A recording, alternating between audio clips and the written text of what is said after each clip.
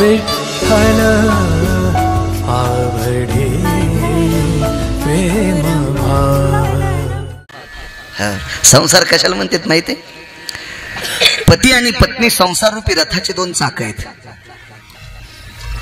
त्याच्यातलं एक चाक जर कानं झालं ना राजू, तर बैल रस्त्याने चलते, पण चाक पवळीहून जातं. जिनच्या पॅन्टेवाल्यानं काही माना हलू नका, हे फक्त म्हाताऱ्या लोकायला कळते. गाडी कानी झाल्या बैल तासान चलते, तरी बैलाला छानू लागला. शहाणा शेतकरी म्हणला, सुमल्या बैलाला काय हाणतो ना आलाय का? बैल रस्त्याने चालले, मग चाक कसं वरी चाललंय? कानी झाली ती गाडी. काय म्हणते तुमच्याकडे? बाळ असा भाषेचा प्रांत असतो बघा. किस देश की बोली किस देश की गादी होती है. बाळ आणि बाळ झाल्याच्या नंतर मग काय करायचं? गाडी सोडायची आणि गाडीच्या दोन दांड्या ज्वाच्या पुढे असतात आणि एक दांडी ज्वाच्या माग असती. तिला आमच्या मराठवाड्यात डोंबाळ म्हणते. तुमच्याकडे काय म्हणतात काय माहिती? हा हा. आणि मग ते सोडून शिवळानं यानं त्यानं कसून ते कानं पण काढायचं, तो गाडीची चाकर रस्त्या. पण ती गाडी कानी झाल्या फक्त रस्ता सोडी. ती संसारातली कानी गाडी झाल्या अख्ख्या पाहुण्यात इज्जत जाती. नुसत्या संसारात नाही, म्हणून पती आणि पत्नी संसार रूपी रथाचे चाक आहेत. काय गोड संसार होता बघा यांचा. हे लक्ष्मी बसमा घेऊन ये. भारीच सांगतोय, कोणाला म्हणायचं नाही. बाईने विचार केला, मालकाने आवाज दिला आपल्याला. आवाज दुसरा पडला, लक्ष्मी भस्म घेऊन ये. बाईच्या लक्षात आलं तिसऱ्या आवाजानं मालकाचा आदेश मोडण्याचं पातक आपल्या डोक्यावर लागेल. आपल्याला भस्म सांगितलंय, पण एकही चिता भस्म कुठलाही व्यक्ती काल वारला नाही, याच्याकरता त्याचा अंत्यविधी झाला नाही. आणि आपल्या मालकाने भस्म आणलं नाही हे त्यांच्या अनावधानानं लक्षात नाही. हे त्यांच्या अनावधानानं लक्षात नाही, म्हणून ते मला भस्मान म्हणतात. तरी पण मी त्यांची आज्ञा मोडण्याचं पाप लागू नये. तिसरी हात यायच्या अगोदर बाईनं जोहार करून घेतलं, पेटून घेतलं. रागाच्या भरात नाही माझ्या माईंनो, मालकाचा नियम मोडू नये याच्याकरता पेटून घेतलं. क्षणार्धात शरीर दग्ध झालं आणि रागाच्या भरात सरकटे बुवा तो भक्त शिवजीचा बाहेर आला आणि त्या दारातल्या तुळशी वृंदावनापाशी राखीसाठी गेला होता. त्या ढिगलात असा हात घातला आणि मुठभर चिता भस्म शिवलिंगाला लावलं. पण त्या राखीच्या मुठीमध्ये काकण आलत, बांगडी आलती. निष्ठेनं नवऱ्याची सेवा करणारी स्त्री पतिव्रता असते, पतिव्रता असते. महाराष्ट्राच्या मातीमध्ये फिरत असताना मला वाटतं कीर्तनाला या गावात पहिल्यांदा चालू का? हा, म्हणजे 3817 गावं आजच्यानी महाराष्ट्रातली माझी पूर्ण झाली. 3817. ज्या गावाला पहिल्यांदा कीर्तनाला जातो ते गाव यादीत घेतो. पुन्हा किती बऱ्या जाऊ पुन्हा लिहित नाही. एवढे नागरे गुरुजी गाव फिरलो. मी खूप या भारतातल्या पतिव्रता स्त्रियांचे अधिष्ठान पाहिले. खानदेश मध्ये रुक्मिणी नावाची एक माऊली होऊन गेली. काय प्रपंचाती गुंती झाली देव जाणे, उपरती झाली. शेवटी ज्ञानेश्वरीचं वाचन केलं. जीवनभर जोपर्यंत आयुष्य तोपर्यंत ज्ञानेश्वरी वाचली आणि शेवटी एके दिवशी जात राहिल्या. अंत्यविधी झाला. राख सावडायच्या दिवशी गळ्यातली तुळशीची माळ जशाल तशी सापडली. आज त्या माऊलीच्या तुळशीच्या माळीची समाधी आहे. कासारवाडी नावाचं गाव आहे गंगाखेड तालुक्यामध्ये. त्या माऊलीला संत शिरोमणी मोतीराम बाबांचं दर्शन झालं. संत शिरोमणी मारुती महाराजांचं दर्शन झालं. त्या माऊलीच्या जीवनात गुरुवर्य रंगनाथ गुरुजींचं दर्शन झालं. अशा सात्विक सदाचारी पुण्यशील माऊलीनं ज्ञानोबाराय तुकोबारायच्या सोहळ्यात निष्ठावंत वारकऱ्यांना काट्याकुट्या जमा करून, त्यावेळेला बिशा नव्हत्या महाराज, बिशी नव्हती. तिनं वारकऱ्याला भाकरी घालावा. हळदीचा डाग होता. ती बाई मृत्यू पावल्याच्या नंतर तिचा अंत्यविधी झाला. तिची राख सावडायला गेल्याच्या नंतर गळ्यातल्या काळ्या पोतीचा धागा, तिच्या बांगड्या आणि वटी पदरावरल्या 5 मिऱ्या जशाला तशा सापडल्या. मारुतीरायाच्या मंदिरात तिच्या बांगड्याची, वटीच्या मिऱ्यांची आणि गळ्यातल्या पोतीची समाधी आहे. अख्खं गाव मारुतीरायाचं दर्शन घेतलं तिचं घेते. इतक्या तुम्ही मोठ्या आहात माझ्या माईंनो, फार मोठ्या आहात. ह्या देशाची संपत्ती आहात तुम्ही. मी सांगत नाही, ज्या घरी कुलस्त्रिया राज्य राणी व संपत्ती, ह्या देशाची सर्वात मोठी जडवड संपत्ती काय असाल तर तुम्ही आहात. किती मोठे श्रीमंत आहात. रेतीचे राजा छत्रपती शिवाजी महाराजासारखा राजा 9 महिने पोटात ज्या माऊलीनं ठेवलाय, ती माऊली या देशातली आहे. राष्ट्रमाता जिजाबाई साहेब तुमच्यातली आहे, तुमच्यातली. सिंदखेड राजा तालुक्यात जन्माला आलेलं रत्न आहे त्या माऊली. इतक्या मोठ्या आहात माझ्या माईंनो तुम्ही, इतक्या मोठ्या आहात. वाघसर इथं बसलेला एक व्यक्ती 50-50 गिरगाव करायला विकत घेईन सरकटे बुवा. इतके तुम्ही श्रीमंत आहात, तरी पण माझ्या पुढे 2 घंटे बसलात. मी सुद्धा महाराष्ट्रातल्या एका सामान्य रानावनात काम करणाऱ्या माऊलीच्या पोटी जन्म घेतला. किती देशातली स्त्री पवित्र आहे. चुका करी जाऊ नका माझ्या माईंनो. भगवान शिवजीला भस्म समर्पित केलं आणि भस्म लावता लावता भस्मातून हातातलं काकण शिवजीच्या त्या लिंगावर आदळलं, पिंडीवर आदळलं. शिवलिंगातून पाण्याची धार सुरू झाली. त्या शबराने विचार केला, आज आपण चिताभस्म समर्पित केल्यावर शिवजी रुदन करतात. रुदंती को भवाहा, रुदंती को भवाहा, रुदंती को भवाहा. प्रभू आपण का रडता? भगवान प्रगट झाले.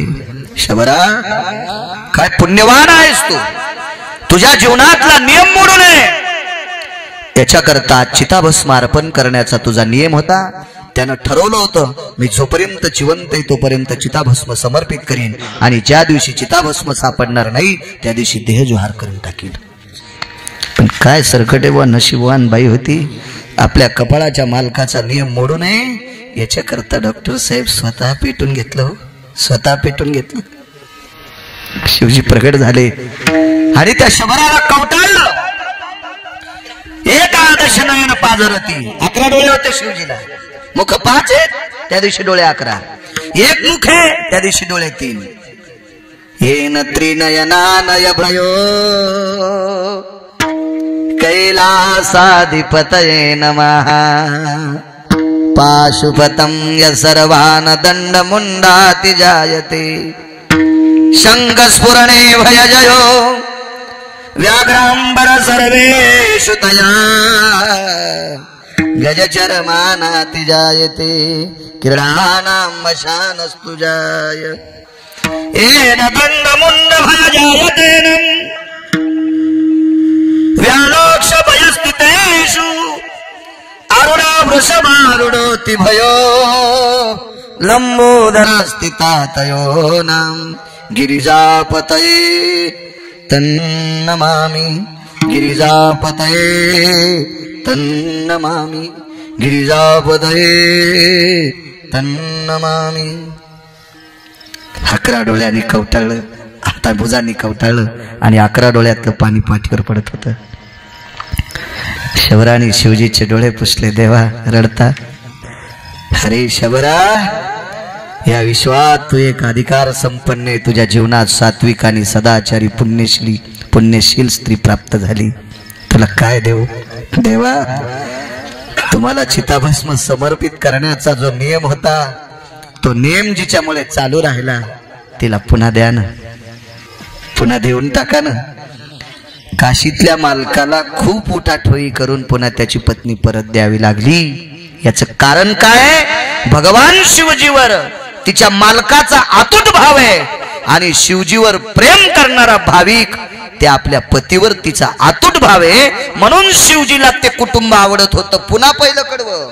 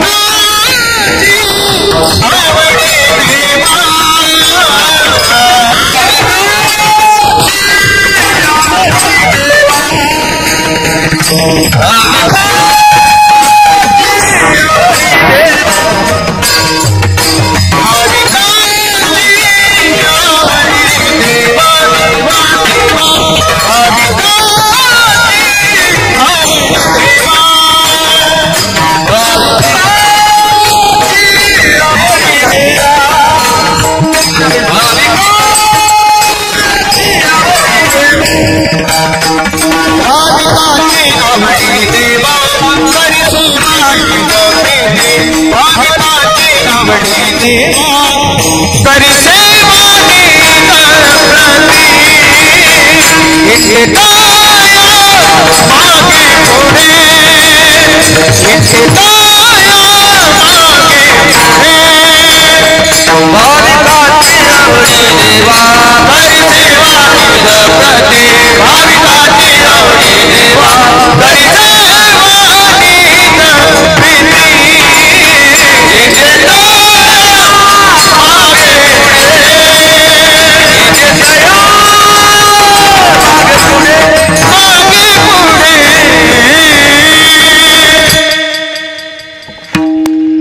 चौदा मिनिटं राहिले का आपली?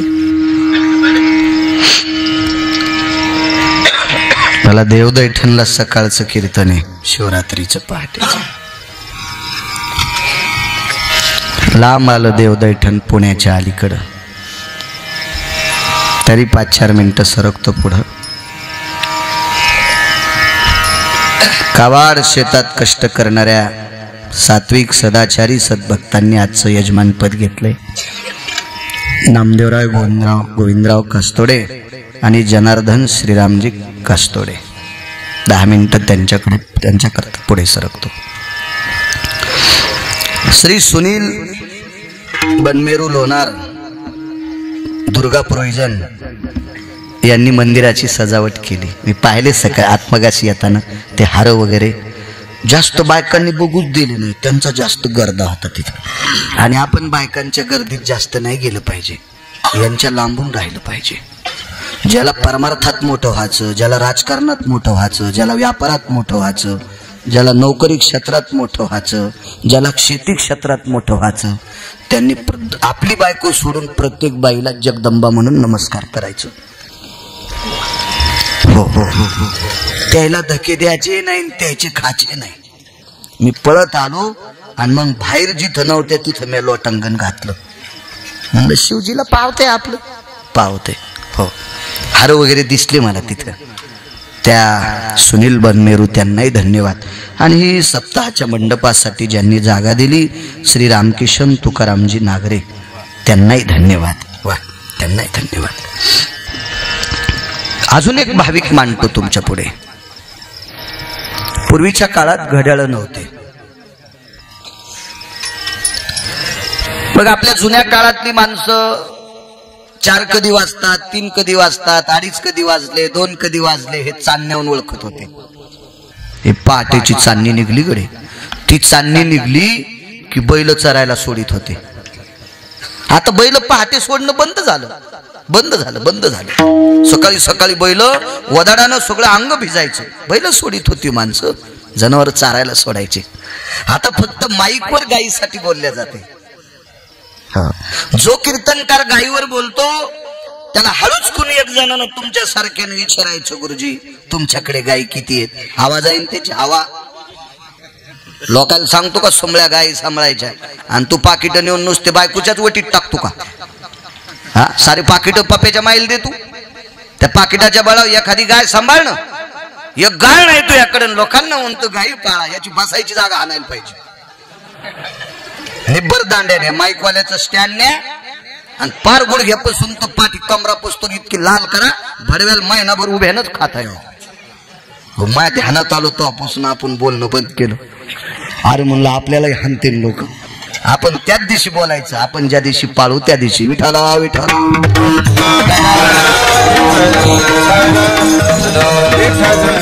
अरे कीर्तनात माय सांगणं कोणाला सांगता येईल? महाराज कीर्तनात बाप कोणाला सांगता येईल? प्रत्यक्ष माईजन बापाचा सांभाळ करणं हे फार नाविन्य आहे. असं तर सांगायला तमाशातले लोक कुठं तुम्हाला शिव्या देते? का शिव्या दिल्या तमाशातल्या लोकांनी? अरे बरं दिलं. होय पोलीस साहेब, तुम्हाला बंदोबस्ताला जावं लागत आहे तिथं. भाडव्याची लेकरं नोटा उधळीत येतात. ज्याच्या बापायनं पापाच्या संपत्ती कमील्या ते तमाशात पैसे उधळीत येत ना, तेव्हा तुम्हीच लागतात. त्या आपली लेकरं शिवजीची भक्त आहेत, आपली लेकरं ज्ञानोबाराय तुकोबारायची भक्त आहेत, आपली लेकरं सद्गुरू गजानन बाबांची भक्त आहेत. काही काय म्हणतात महाराज पोट्टे पोट्टे सप्त्यात येत, आम्ही शहाणे त्याच्यातच नाहीत. ह्यो सप्त्यात नसताना शहाणा असतोय.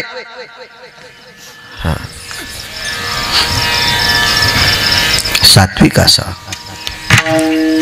देशमुख बापू आले, त्याने एक कीर्तन घेतलं होतं.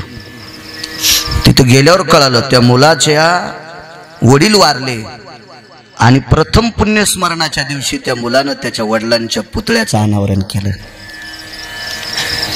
माजलगावला. आनंद वाटला. वा वा वा वा, काय सात्विक लेकर आहेत. आपल्या वडिलांसाठी एक पुतळा उभारायचा, किती आनंद. ती चांदणी निघल्याच्या नंतर एक व्यक्ती खांद्यावर उपरणं आपलं पंचा टाकायचे, धोत्राला पंचा म्हणायचे त्यावेळेला, ते धोत्र टाकायचे आणि चंद्रभागेकडे स्नानाला जायचे. किती धोत्र मोठं होतं सांगू? एका धोत्रातला अर्धा तुकडा.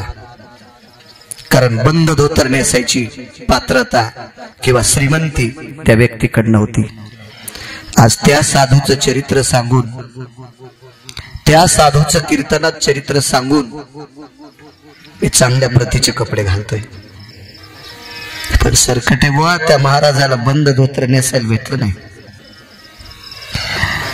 वारकरी पूजन करायचे त्या महाराजांचे मेवणे बुलढाणा जिल्ह्यातले होते. त्या महाराजाची बहीण बुलढाणा जिल्ह्यात दिलेली होती. त्या महाराजांच्या बहिणीचं नाव निर्मळा होतं. विदर्भात दिलेली माऊली होती. श्रीमंत मेवना वैकुंठवासी माधव महाराज मगर सुरज खेडकर म्हणायचे, चोखोबारायच्या बहिणीच्या घरी बैलगाडीला सोन्याच्या शिवळा होत्या.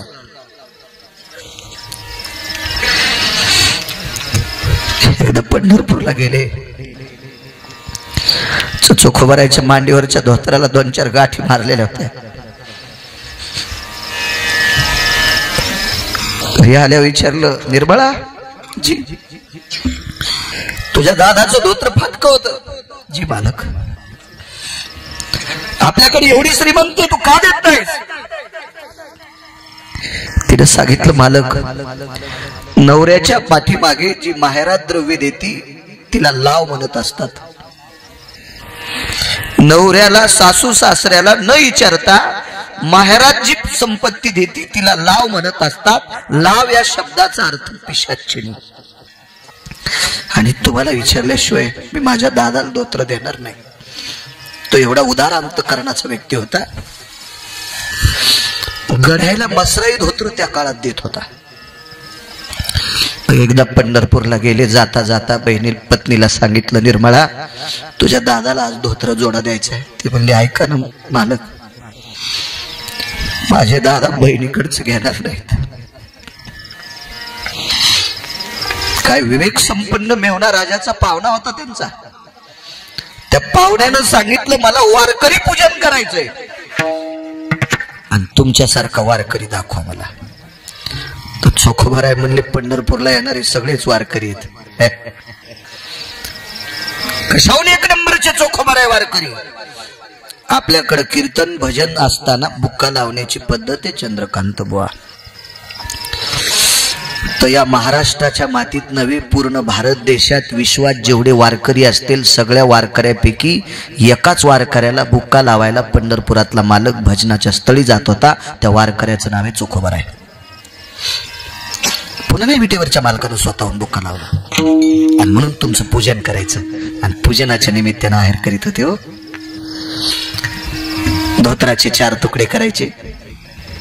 एका पानाचे, एका जोड्याचे 2 होत असतात, त्याचे 4 करायचे. आणि कोपऱ्याच्या दशा काढून त्यांच्याकडे शालिमार पाषाणाची मूर्ती होती पांडुरंगाची, ती पुसण्यासाठी त्याच्यातले कोपरे काढून ठेवत होते. म्हणून गुडघ्याच्या खाली 2 किंवा 3 इंच धोत्र येत होतं. इतक्या साध्या परिस्थितीत जीवन जगणारा वारकरी. त्याच्यातला धोत्राचा तुकडा चांदणी निघल्याबरोबर चंद्रभागेत जायचं, स्नान करायचं. आणि स्नान करून चंद्रभागेच्या वरी आलं की काशीतले मालक पंढरपूरला येत होते. पंढरपुरातल्या मालकाला म्हणायचे, उठा आता, राई रखुमा बाई तुम्हा येऊ द्या दया, सेजे हलवोने जागे करा देवराया. काशीतल्या मालकाने म्हणावं. आणि मग चोखोबारायचा तुळशी वृंदावनापाशी बोऱ्या टाकलेला असायचा आणि तिथं त्यांचं भजन चालायचं. पण एक दिवस चांदणी निघली, ती चुकीची चांदणी पाहिली आणि तसेच चंद्रभागेकर स्नान करता निघाले. मालकाच्या पायाचा आवाज ओळखल्याबरोबर बाईच्या लक्षात आलं, आपले मालक चंद्रभागेकडे चालले. मागे कीर्तन आटपलं. त्या परिसरातले एक वारकरी होते, नाम निर्देश घेत करत नाही. त्या वारकऱ्याने सांगितलं, महाराज 5 मिनिटं आमच्या घरी यावं लागतं. ते महिन्याचे वारकरी होते. आपण विचार केला, बाळू एवढा महाराष्ट्रभर फिरतो, पण मी पण ठराविक वाऱ्या सोडत नाही. माघवारी असेल, कार्तिकी वारी असेल, उद्या पैठणची असेल. मला परवाले एक जण श्रीमंत माणूस भेटला, म्हणे महाराज एवढे एवढे पैसे देतो. मी म्हणलं, बापू मी स्टेजवर नाचलेली बाई नाही, तुम्हाला काय ऐकत घेतो. तुला 10-12 अवताल झोपीन इतके पैसे येत माझ्याजवळ, पण वारीच्या दिवशी येत नाही. तू येते कीर्तनाला. जरा टिकीट बोल लागलं मला. हो टिकीट बोल लागलं. येत नाही वारीच्या दिवशी, दुसऱ्या दिवशी सांग. यावर्षी माझी त्र्यंबकची वारी चुकली. दुःख वाटलं, आपण चूक केली बाळू. तर त्र्यंबकची वारी चुकायला नव्हती पाहिजे, पण अनावधानानं डायरीत मांडण्यात आली. मी अजून कोणाची तारीख टाळली नाही. मला 19 वर्ष 4 महिने 9 दिवस झाले कीर्तन करतोय. महाराष्ट्रात अजून कोणी म्हणायचं नाही आमची तारीख टाळली. आतापर्यंत विटेवरच्या मालकानं माझ्याकडनं ती चूक होऊ दिली नाही, होणार बी नाही. तुम्ही सुद्धा मला आशीर्वाद द्या, तसं माझ्याच्यानं होऊ नये. माझी काय एकट्याची टप्पर येते, तुमच्या आशीर्वादावर चाललंय आमचं.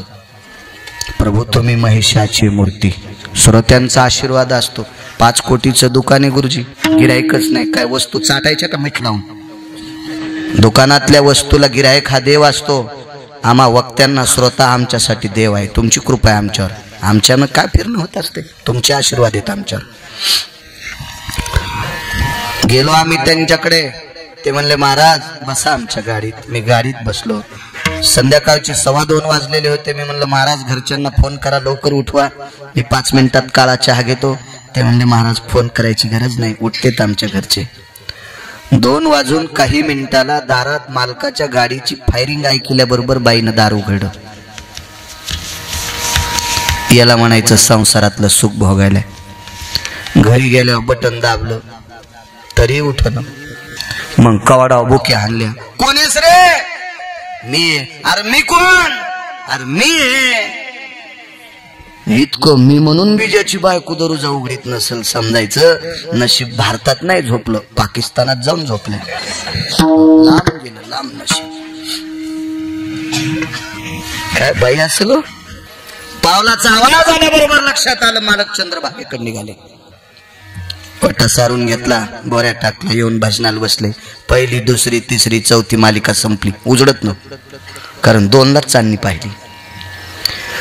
पुन्हा डबल आवर्तन टाकलं काकड्याचं.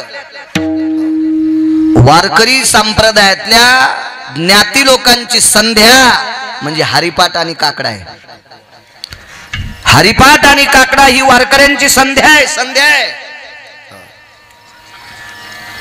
आमचा पुतण्या विशारद झाला.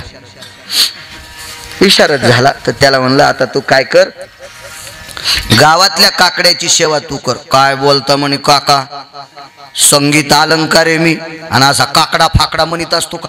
त्यानं हातून गीतून असे केले, असा काकडा फाकडा म्हणत असतो का? मी म्हणलं, काकड्या पंढरपुरातला मालक असा काकडा घालीन की त्या काकड्याच्या शेकानं तू या 10 पिढ्यावर पळून जात्या. वारकऱ्याची संध्या काकडा आणि हरिपाठ आहे. वेळ भेटल्याच्या नंतर संप्रदायातल्या किती बी मोठ्या माणसानं, मी ज्ञानोबाराय तुकोबारायकडे 2 वेळेस बघितला सोहळा, फक्त 4-4 दिवस. पण 27 वर्ष झालं ज्ञानोबारायच्या सोहळ्यात जातो. महाराष्ट्राच्या मातीतले निष्ठावंत वारकरी माऊली महावैष्णव ज्ञानोबारायांच्या पालखी पुढे पहाटे उभं राहून काकडा करतात. त्या लोकांमुळे सप्ते टिकलेत, त्यांच्यामुळे संप्रदाय टिकलाय. आमच्यासारख्या भंगाऱ्यानं मोठ्याल्या गाडीत बसून आमच्यामुळे संप्रदाय का? त्यांच्यामुळे संप्रदाय, आमच्यामुळे नाही. त्यांचे उपकार समजा. हा, निदान पाकिट घेणाऱ्यानं तरी नीतिमत्ता सांभाळावी. संप्रदायाची नीतिमत्ता पाकिट घेणाऱ्यानं सांभाळावी. देवाला बरं वाटन. वैचारिक पातळी इतकी नाही खाली आली पाहिजे. माझ्या माईंनो सांगतो, टिकल्यावाल्यांनो, घेतो 10 मिनिटं शिल्लक. तुमच्या आशीर्वादांनी वेळेत पोहोचल. आपल्या बाप दाद्यांनी आजच्या दिव्याचं तेल उद्याच्या संध्याकाळी पुरावा म्हणून झोपताना चिमण्या इजून झोपले, दिवे इजून झोपले. 4-4 जावा एकत्रित असताना एकच लुगडं नवं असायचं. जी गावाला जाईल तिनं लुगडं नवं नेसायचं. घरी राहत्यान त्यानं सगळ्यानं रंगबेरंगी लुगडे नेसायचे. आणि संपत्त्या टिकून ठेवल्यात. 72च्या दुष्काळात आंबाड्या मेलू बरबडे खाल्ले आपल्या बापदाद्याने, आपल्यासाठी जमिनी टिकून ठेवल्यात.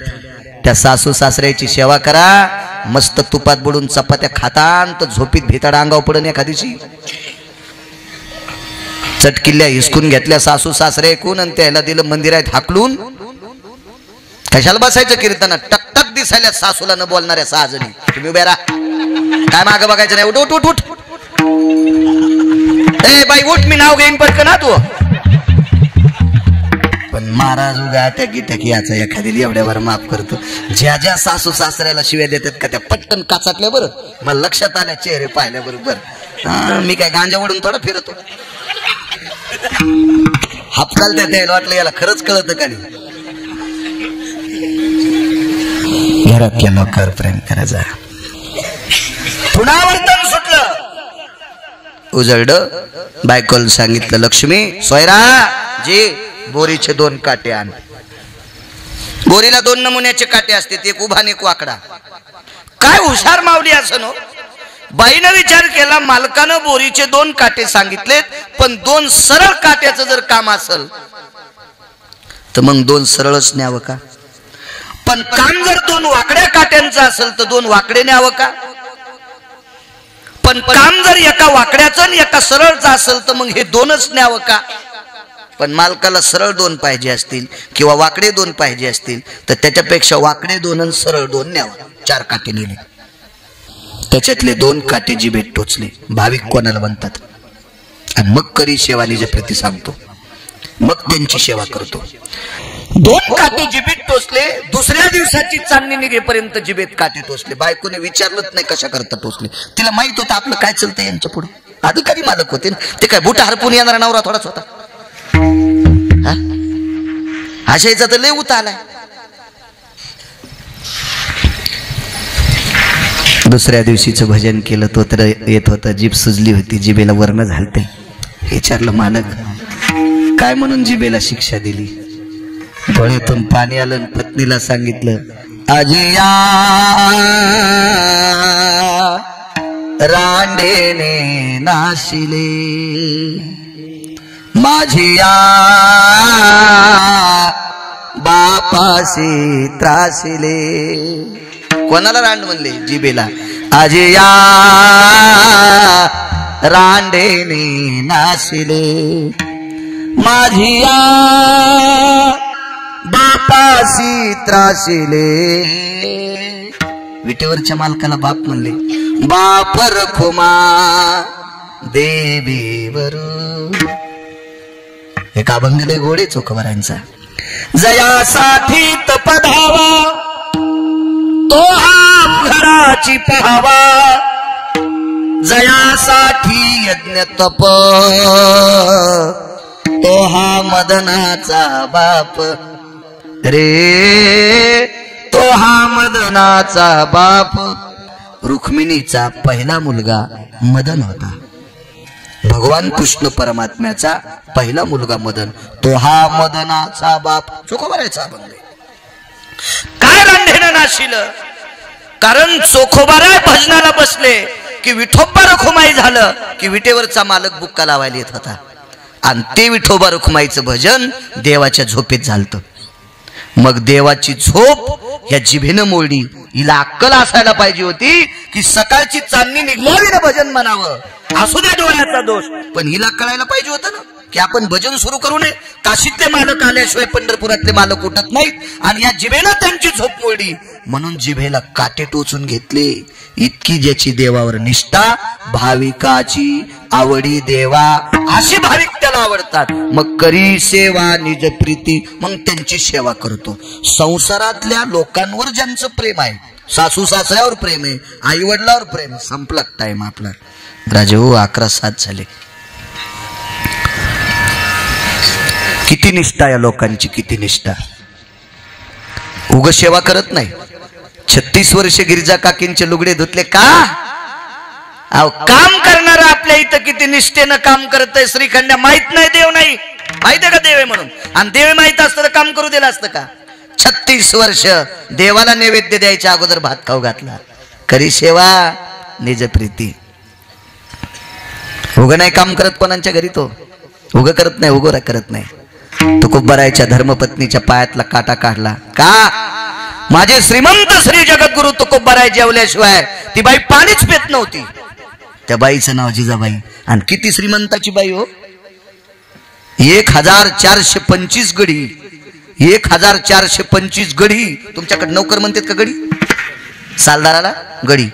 1425 गडी जिच्या बाबाकडे होते. तेवढ्या घरची बाई एका लुगड्यावर संसार करते हो. आयुष्यभर दखल सांगितली नाही की माझे बाबा इतके श्रीमंत आहेत. पप्पा एका घरी गेलो, एकादशीला फराळाला त्या 3-3 सोले असतात. त्या शेंगाला कोणता भैमुख म्हणतात फकरू महाराज? पिस्तोल आहे भैमुख. ते गावरान भैमुख असतो का? ते पिस्तोल. आमच्या गावाला पेरायची लाल बोय होती ना, आम्हाला टोकीवर तिकडं पेरायची. बाकी भैमुगाला 2-2च सोले असते, पण गावरान असतो का ते असा पिस्तोल आहे. त्याचे 2 सोले सरळ आणि एक असतो खाली वाकडा पिस्तोलावानी, म्हणून त्याचं नाव पिस्तोल आहे भैमुख म्हणायचे. तो त्या गावरान शेंगा जरा बऱ्या वाटल्या, गुळाचा खडा दिला. हे बा फुकट खायचं म्हणल्या वर्णन करावंच लागतं. बाई काय काय सोले आहेत, काय शेंगा आहेत महाराज. बाई ते का शेंगा साध्या आहेत का? माझ्या आईन दिल्याता. मी म्हणलं चांडाळणी, ते आईनं फक्त भैमुगाच्या शेंगात दिल्यात, पण याच्या माईनं तुला सांभाळणारा ह्यो दिलाय ना, आयुष्यभर तुला सांभाळणारा हे दिलाय. कधी कधी याच्या माईचं बी इचकी जाय ना. हा, तिनं नुसत्या भैमुगाच्या शेंगात दिल्या. पहाटे ह्या गाव खराला जात्यात, कौरक राहत्या पोटात. भैमुगाच्या शेंगात तिच्या माईनं दिल्या तर गिरगावकराच्या नाकाव मिरे वाटायली. माया माईनं भैमुगाच्या शेंगा दिल्यात. हे एवढा मोठा दिला बाई त्याच्या माईनं तुला, ते का वरून थोडाच पडला भातून माना खाली घातल्या टिकल्यावाले. इथं तुमच्या इथं अशा बाया नाहीत, पण आमच्या तिकडे गेल्यावर यायला फोकायचं. दुसरे आणू कुठून मी? दुसरीकडे कशा बाळातीन झालो नाही, मी कोणाचे बाळाती धुतले नाही. पण आमच्या गावाला करपरा नदी मसुबाचा डोह होता. ज्या घरी बाळातीन झाली त्या घरचे बाळाते मसुबाच्या खालच्या डोहाला धुत होते. बाया म्हणायच्या ए खाली धुई, ती वरी धुऊ देत नव्हते तिला. आणि मग ते बाळाते वाळू घातल्यावर तिचं लुगडं धुवाला ती वरी येत होती. तर मी म्हणलं आणती का बाई? आमची इथली म्हणालो, इकडे येऊन मला काय घेणं, आमची इथली आणती का बाई? हो, मागच्या 1.5 वर्षापूर्वी मेली बी, मी तिच्या श्राद्धाला मीच कीर्तन केलं. गावातली गावात करावंच लागत असतं, त्याला काय द्यायला घ्यायला काय ताण नसतं, ते चलत राहत असते. आपला तिथं जन्म झालाय, आपण करायला बी पाहिजे. काय हरकत, त्या मातीच्या कृपेने महाराष्ट्रात फिरायला लागलो. तर मी आणती का बाई तुम्ही बाळा ते खाली धुतले तुमचं? भैया महाराज तुम्हाला काय त्याच्यातलं कळायला? हो मला काय कळलं, मी थोडाच बाळातीन होतो. पण मला एक कळालं ना, बाळा त्याचा घाण वास येतो, पण हिचं लुगडं तिनं तिथं नाही धुतलं. आजी सुद्धा नातवाच्या बाळाने त्याच्या लुगड्यावर बाळाने लुगडं धुत नाही. माझ्या जगाच्या बापाचा हात किती पवित्र असेल. त्या पवित्र हातानं 27 दिवस चोखोबरायच्या मुलाच्या बाळा ते धुतलेत. का करी सेवानी प्रीती याच्यावर सांगतोय. काल त्या वर्षा मालकानं सेवा केली याचा एक पुरावा आहे का? ती बाई किती सात्विक होती. चोखोबरायच्या वडिलाचं नाव होतं रानोबा नावाची वारकरी. रानोबा नाव होतं चोखोबरायच्या वडिलाचं. कशा करता आदर वाटला माहिती? मी त्या प्रांतात आज कीर्तन करता आलोय. मी मेहुणा राजाच्या प्रांतात आहे. परिसरातल्या सगळ्या लोकांनी पाचपोर बाबाला मदत करा की ते मंदिर लवकरात लवकर व्हावं आणि आपण जिवंत असताना त्या मंदिराचा कळस पाहून मरावं. आणि आपल्या अगोदर जे गेलेत त्यांना जाऊन सांगायचं आम्ही चोखोबारायच्या मंदिराचा कळस पाहून आलोत. मदत करा पाचपोर बाबांना, मदत करा. चांगल्या माणसाच्या पाठीमागे राहत जा, देव चांगलं करत असतो. गाढवांच्या मागे शक्यतो जात जाऊ नका, काही कामाचं नसते. गाढवांना आखली नसतात. हत्तीच्या पाठीमागे असलं पाहिजे. हत्तीसारखी माणसं आहात तुम्ही, काय गाढवांच्या नादी लागता? वडील थकले चोखोबरायचे. एके दिवशी चोखोबरायने सांगितलं बाबा जेवण करा. नको रे चोखा, नको जेवण, आता तब्येत साथ देत नाही. चोखोबरायने एके दिवशी सरपण फोडलं होतं. जीवनभर चोखोबरायला कधीच ताजी भाकरी कोणी दिली नाही. हा चोखोबरायच्या चरित्रातला पुरावा आहे. पण एक दिवस एका बाईच्या घरी पक्ष होत. पक्ष म्हणजे पित्र. आणि त्या पित्राच्या दिवशी थोडासा ताजा भात, गरम गरम भात आणि काय पोळी चपाती काय असेल ती गरम गरम दिली. तर चोखोबरायने विचार केला उभ्या आयुष्यात बापालाही गरम पदार्थ भेटला नाही आणि मलाही भेटला नाही, पण माझ्या जीवनात एका माऊलीनं गरम भात आणि गरम चपाती दिली, याच्यातला घास आपल्या बाबांनी खावा म्हणून आग्रह केला. आणि त्या दिवशी तब्येत थोडीशी पोटाची बिघडली. श्रद्धा होती. आणि तब्येत बिघडल्याच्या नंतर धोत्र भरल्या गेलं आणि आवाज दिला, चोखा जी बाबा, अरे सकाळी मला आंघोळ घातलीस, पण मला जेवणाचा आग्रह केला. श्री बाळा, गरम भात गरम पोळी असल्यामुळे खाल्ली, वय आता ते सहन करत नाही बाळा, पण माझी कंबर धुवा लागते रे, मला उठता येत नाही. विचारलं चोखवरायनं, शेवटचा पुरावा, माफी करा महाराज, याच्यानंतर आता मला पुढे जायचंय. आणि मग दगडावर आंघोळीच्या टेकलं, पण हातपाय हालत न, म्हणजे त्राण नव्हता वडिलांच्या याच्यात. तो शेवटचा टप्पा होता. एका हातानं डॉक्टर साहेब आपल्या वडिलांचं शरीर धरलं आणि एका हातानं पाण्याचं लोटका हातात घेतलं. इथपर्यंत ठीक आहे, पण धोत्र कोणी सोडायचं आणि कंबर कोणी धुवायची? हात लागतील ना कैलास बुवा, 3-4 नव्हत्या. बराच वेळ विचार केला. हा विचार करत बसलेला पती आतल्या झोपड्यातनं बायकोनं निहाळला. आज आपल्या मामांजीचे हातपाय थकलेले आहेत. मालकानं डोक्याला खांद्याला हात लावलाय, एका हातात पाण्याचं लोटकय, पण सासरे बुवांची कंबर धुवायची वाटतंय. काय हुशार बाई असेल. पण बाईनं अशा बांगड्या माग दाबल्या, माग, कारण बांगड्यांचा आवाज येत होता. ती खालीत होती ना बांगड्या, मुद्दा आहे ना, बांगड्या घालीत होती. हो ना. मुंबईला माझा एक मित्र राहत होते, म्हणला बाळू, नाही आता बाळू महाराज म्हणते मला, ते मला म्हणे, महाराज तुम्ही कीर्तनात सांगता बांगड्या घालायला पाहिजे, पण आमच्या पोरायची माय घालीतच नाही. म्हणलं मग मला घाल. अरे हे दुःख तू लोकायला कशाला सांगतो? सुमळे अपमान आहे तू. किती अपमान आहे त्याचा, मी कीर्तनात काढा का नाही? आता त्यांनी एखाद्या साध्याला तरी सांगायचं, माझ्यासारख्या रगिलाल कशाला सांगाव? ते म्हणलं बाप्पा तू बंद कर ना. मी म्हणलं मरूस तर बंद नाही करायचं. माझ्या मित्राच्या नशिबात इतकी एडगळ बायकून मी कशाला बंद करू? आणि ते बी गिरगावच्या बाळ्याच्या मित्राच्या नशिबात. हो, घाली जा बांगड्या.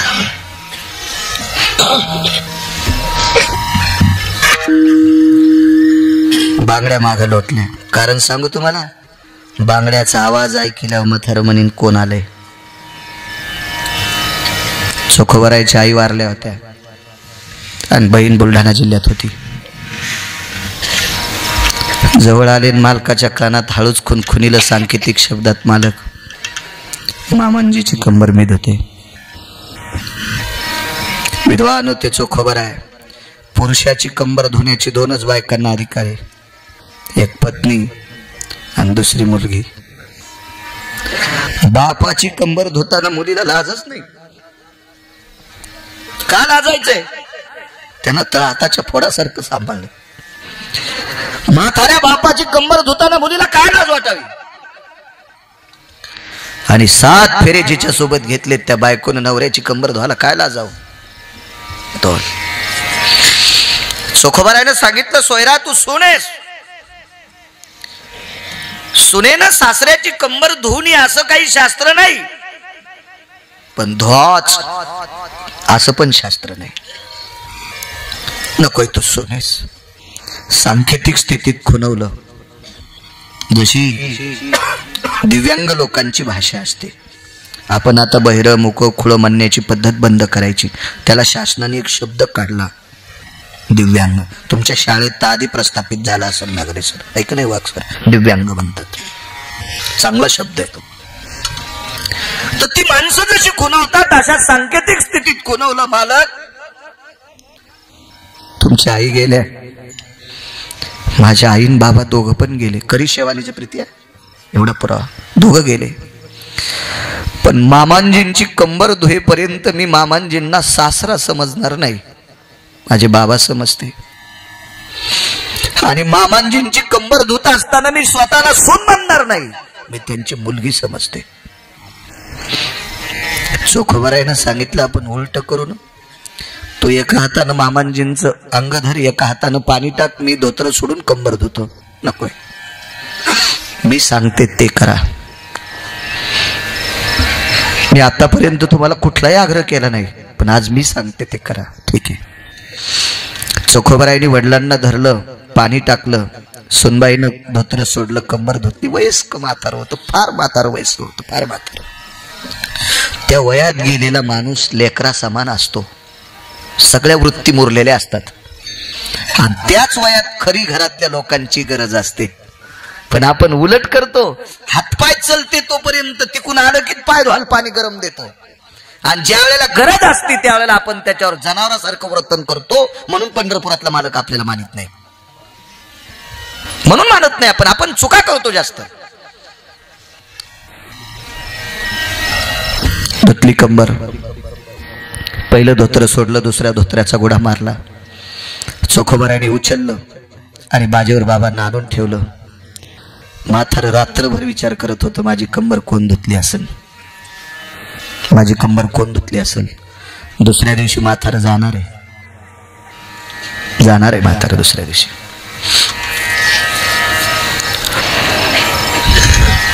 किंवा भगवंत नेईल त्या दिवशी जाणार आहे, पण जाण्याची वेळ आलेली होती. म्हाताऱ्याने विचारलं, चोखा जी बाबा, काल कंबर कोण धुतली? मीच धुतली. चोखा, मी आतापर्यंत जेवढ्या पंढरपूरच्या मालकाच्या वाऱ्या केल्या का, तेवढ्या वाऱ्या माझ्या मातीत गेल्या. असं का बोलता बाबा? अरे, विटेवरच्या मालकाच्या वाऱ्या करणाऱ्या रानोबा नावाच्या वारकऱ्याच्या पोटी खोटं बोलणारा मुलगा जन्माला येतोय, याच्यापेक्षा दुसरं पाप कोणतं आहे? बाबा, मी काय खोटं बोलतोय? अरे, तू माझी कंबर धुतली नाहीस. सोखा, तुला काय कारण आहे खोटं बोलण्याचं मला माहित नाही, पण तू खोटं बोलतोस. बाबा, मीच धुतली. जवळ वळवलं, जाता जाता तुझ्यासारख्या निष्ठावंत वारकऱ्याचा बाप आहे रे मी.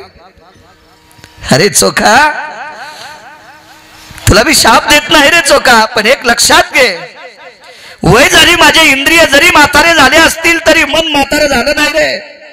माझं अंतकरण म्हातारं नाही, माझा विवेक म्हातारा नाही, माझी बुद्धी म्हातारी नाही. माझी कंबर धुताना बांगड्यांचा आवाज आलता. माझी कंबर धुताना बांगड्याचा आवाज. माझ्या माईंनो बांगड्या ह्याच्या करता घाला. एका बाईच्या कपाळावरचं कुंकू बांगडी दाखिल्यावरच राहिलं, तिचं नाव सावित्री. एका बाईच्या नवऱ्याला मारण्याचा पण केला एका म्हाताऱ्यानं. ते म्हातारं गुरुजी मंदिरात गुटके खाऊन थुकणारं नव्हतं, पत्ते खेळणार. ते म्हातारं पितामह भीष्माचार्य होतं. निस्पंदने पृथ्वी करीन. भगवंतानं सांगितलं, ताई उद्या बुक्का लागतो बाई, चाल म्हणली माझ्या संग. आणि म्हातारे सकाळी पूजा चालू शिबिरात आणि पाया पडली, हातून आशीर्वाद दिला. अखंड सौभाग्य होती भाऊ, या जन्मातला का पुढच्या? द्रौपदीने विचारलं या जन्मातला का पुढच्या? आतून म्हाताऱ्याने विचारलं, सोबत कोण आहे? त्यांनी सांगितलं, जोडा सांभाळणार आहे. कपाळाचा मालक सांभाळणारा कृष्ण सोबत होता. अखंड सौभाग्य होती. आशीर्वाद कसा प्राप्त झाला? पाय पडताना बांगड्याचा आवाज आलता. इतकं बांगड्याचे असे 24 प्रकरण आहेत. 2 बस झाले आणि तिसरं हे ऐका. सगळ्या गोळ्या घेतल्यावर रिॲक्शन येतं ना डॉक्टर. माझ्यावर जास्त लक्ष असतं महाराज.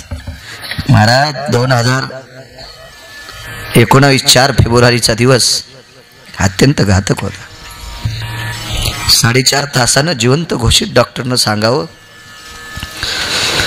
आणि त्या अवस्थेत माझ्या तोंडातून वाक्य पडलं, मला जालना हॉस्पिटलला न्या. सकाळी 4:45 माझ्यासाठी डॉक्टर भुसे साहेब उभे होते.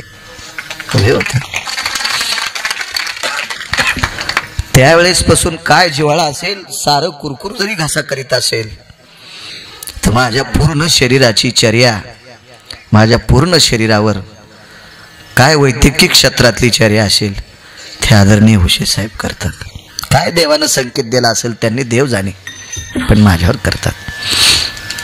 कधी कधी वेळ प्रसंगी मी साहेबांना, जायबाई साहेबांना सुद्धा फोन करतो. असो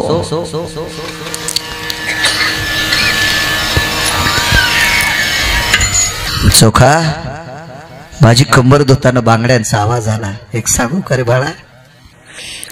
अरे, माझी कंबर धुणारे 2च महिला येतात. दोनच.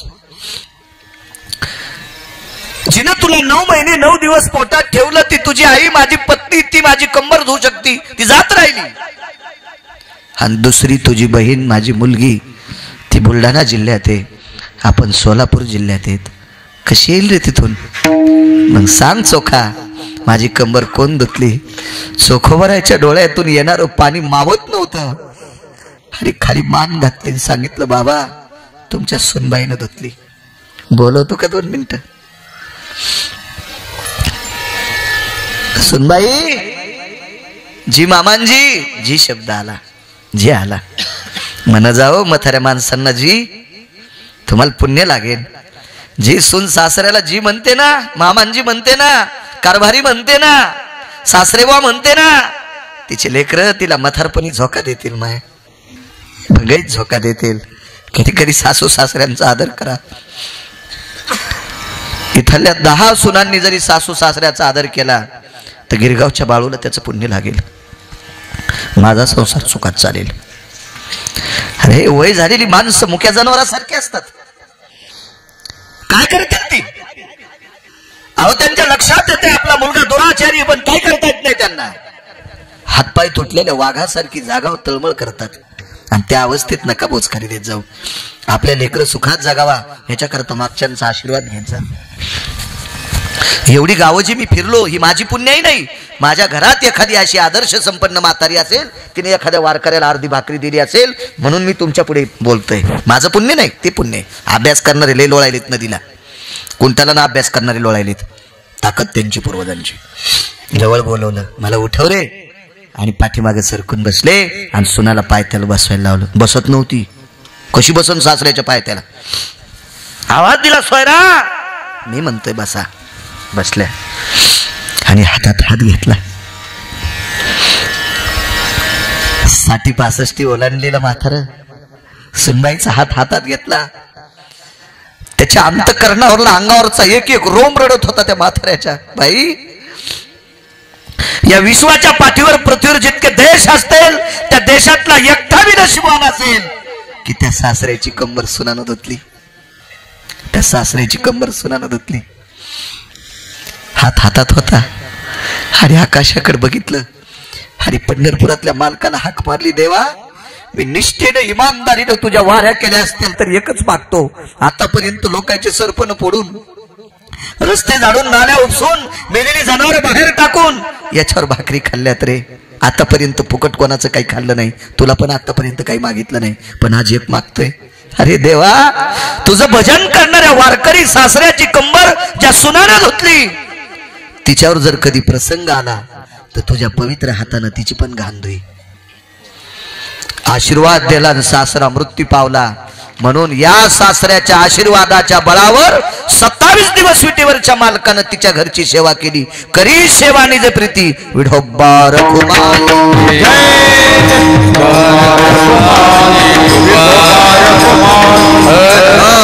फक्त अर्धा मिनिट, फक्त अर्धा मिनिट. हो दादा, अर्धाच मिनिट सूचना. एकच मिनिट, सगळ्यांनी फक्त अर्धाच मिनिट हात वर करा. अर्धाच मिनिट. हर हर महादेव शंभो काशी.